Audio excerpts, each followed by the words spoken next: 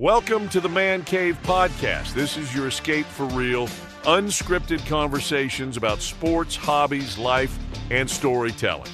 No scripts, no forced takes, just Man Cave talk. Now, here's your host, Dan Kasper.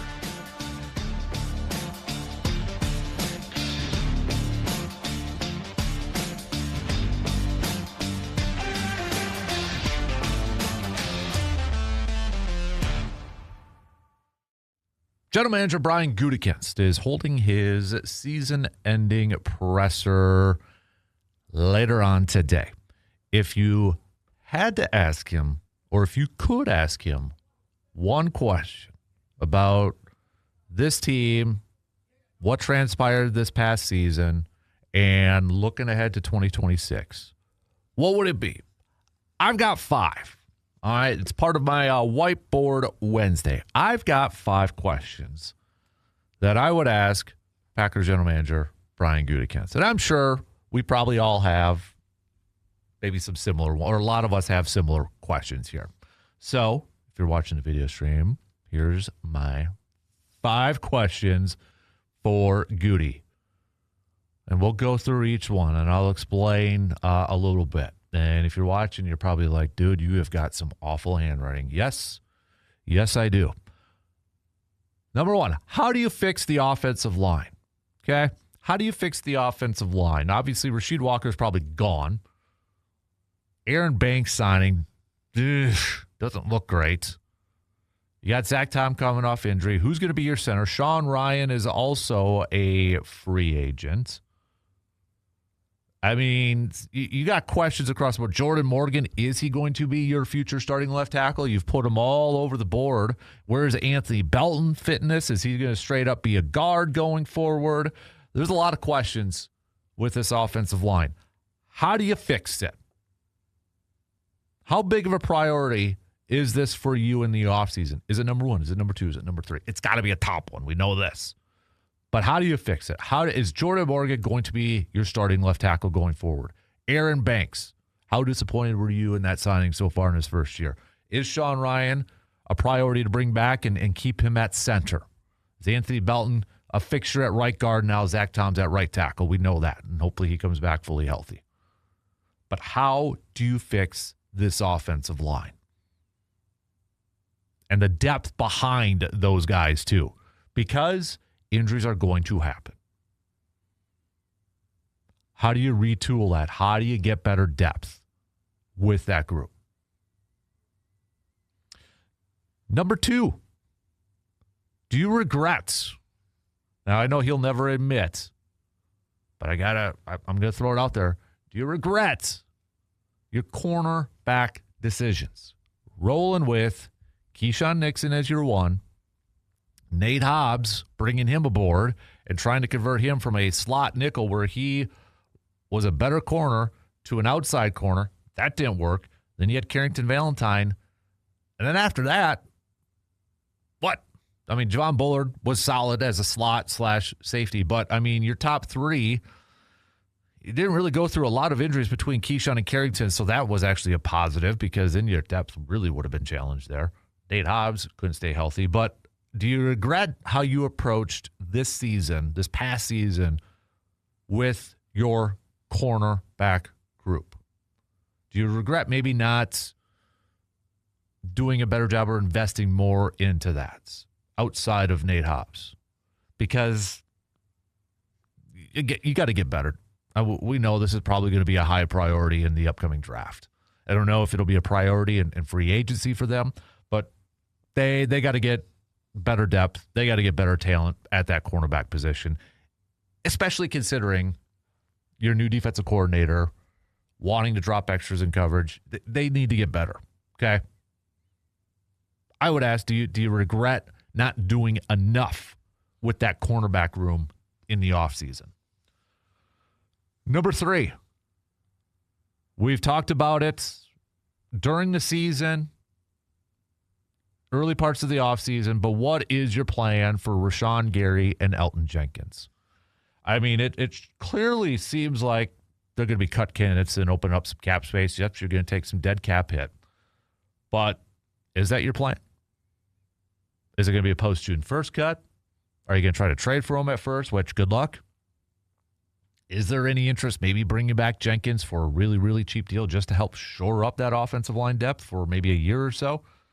What is your plan for those two guys? And if there was one that was maybe a little bit more likely to come back, would that be Elgton Jenkins because of the offensive line?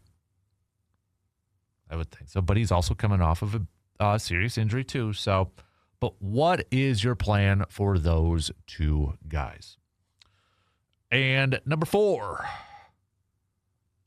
your defensive line priority. And I'm talking like the front 4 here. Let's pretend we're still 4-3 or that's where it's going to be at. So, obviously Mike on one end. I'm assuming Lucas Van Ness going to be on the other. But what's your priority in terms of, are you going to try to bring back Kingsley Enagbare, even though it's probably going to cost a little bit more? Devontae Wyatt, are you going to try to sign him to an extension, maybe to lower that 5th-year option cap hits? But what about the other interior defensive linemen? Are you looking to upgrade? Is it a big priority for you? What about the depth at edge rushers behind Micah and Lucas Van Ness? We saw some nice things from Baron Sorrell. Colin Oliver got a little bit in towards the end of the season. Are they going to depend on those two guys? That's probably my guess here. But what about the interior front, especially the big guys? Carl Brooks, Colby Wooden. Did you see enough from those guys to say, let's run it back with those guys? How big of a priority is it going to be for you to get better depth at the defensive line position, maybe specifically that interior front? And is it a huge priority for you to make sure you lock up Devontae Wyatt to a long-term extension? Or are you a little bit nervous because the guy has also had some injuries almost every single year? But defensive line priority, where's it at? And then finally, my 5th and final question, Quay or no Quay? That is the question. Because if we go back to the combine from last year, Goody was vocal about wanting to keep Quay Walker around, wanting to sign Quay Walker to an extension. Didn't want to do the 5th-year option because it'd be too much, but an extension actually would be cheaper. He was very, very, very, very vocal and has been many times since then about wanting to keep Quay Walker in Green Bay. Yet there has been no extension and no new contract. So, what do you still feel that way? Do you look at this draft with some accounts, early looks at the draft, and from draft experts out there, many feel like there could be some options, plenty of options to replace Quay Walker in this draft. So do you move on from him, save a little bit of money, roll with Edgerrin Cooper because he's probably going to need a pay raise, go with Isaiah McDuffie, Hopper, and then another linebacker in a draft? But Quay or no Quay? That is the question. My honorable mention, because you always got to do a top 5 plus, right? My honorable mention, my other question that I would have added on here, if I get one more, if I get an extra credit question to ask Goody at his presser today, would be outside of maybe Devontae and then Quay,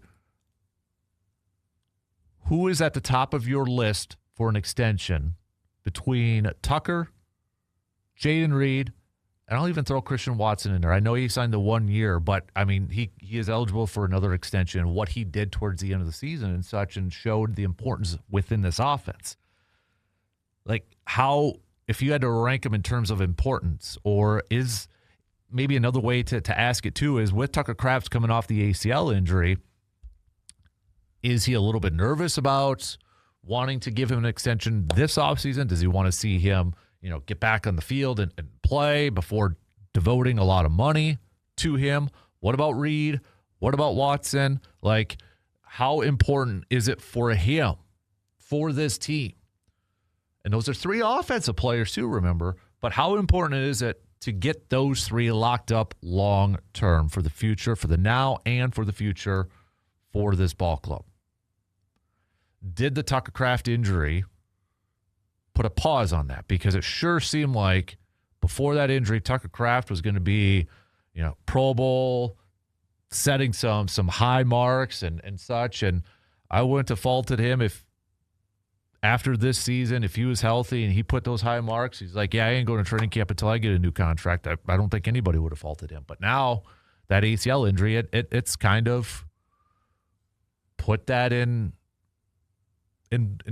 question and flux a little bit.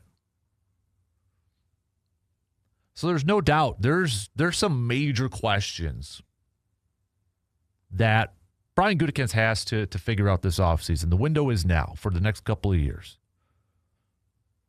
What is he going to do for his part as the general manager, as the leader in the front office to get this team back to a Super Bowl and competing for a Super Bowl championship? I would throw another question on here too, another honorable mention. Kind of mentioned it the other day, but I'd still like to know this. With Elliott Wolf and John Schneider in the Super Bowl, does that drive you a little bit more? Yeah, Schneider, it's his third one. Elliott Wolf, it's his first one. Elliott, you got the job over Elliott in Green Bay, so, does that drive you a little bit? Does that get you motivated? I hope so. He probably wouldn't answer it publicly. That would have to be a question again. You're sitting at the bar and having a beer with him and such.